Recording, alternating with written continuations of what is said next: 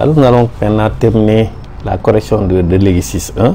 On demandait de déterminer les modes de vibration suivants, de dire si ces modes de vibration là sont actifs ou inactifs en infrarouge. On rappelle qu'un mode de vibration est actif en infrarouge si le mouvement s'accompagne d'une variation du moment dipolaire. Donc on va faire étape par étape. Pour l'élongation symétrique de CO, vous voyez ici l'élongation symétrique de CO, vous avez ici à l'équilibre, en contraction, en élongation.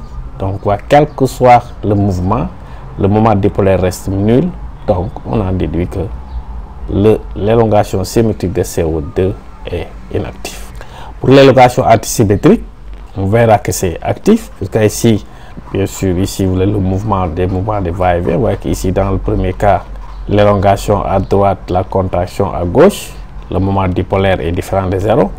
À l'équilibre, bien sûr, le moment dipolaire est égal à 0.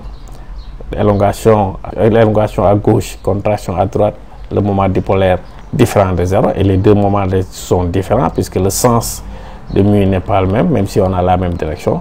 Donc voici, on a une variation du moment dipolaire dans les trois cas. Le moment dipolaire varie au cours du mouvement de vibration, ce qui signifie que mu varie. Donc CO2, l'élongation antisymétrique de CO2 est bien actif en infrarouge. L'élongation symétrique de SO, vous voyez ici les deux atomes sont différents. Donc le moment dipolaire partiel entre S et C est différent du moment dipolaire entre CO dans les trois cas.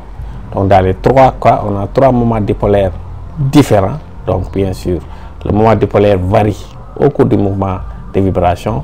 Donc mu varie.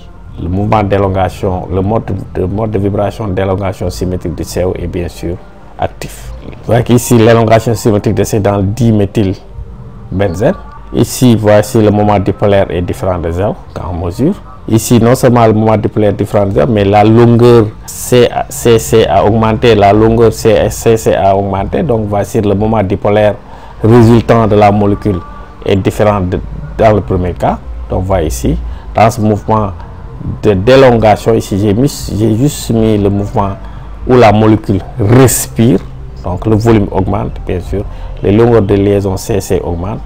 Donc le moment dipolaire va varier. Et bien sûr, l'élongation symétrique de CC dans le 1,2-diméthylbenzène est bien sûr actif. Ce mouvement est actif en IR. Et dans le dernier cas, dans le 1,4,2, vous voyez que la molécule respire ou pas, on a toujours ici mu CC qui s'oppose. Donc on a un moment dipolaire nul ici, un moment dipolaire nul ici, un moment dipolaire nul ici. Donc l'élongation symétrique de CC dans le 1,4-diméthylbenzène est inactif. Chapitre le premier exercice de la série. Merci de votre attention et à la prochaine fois.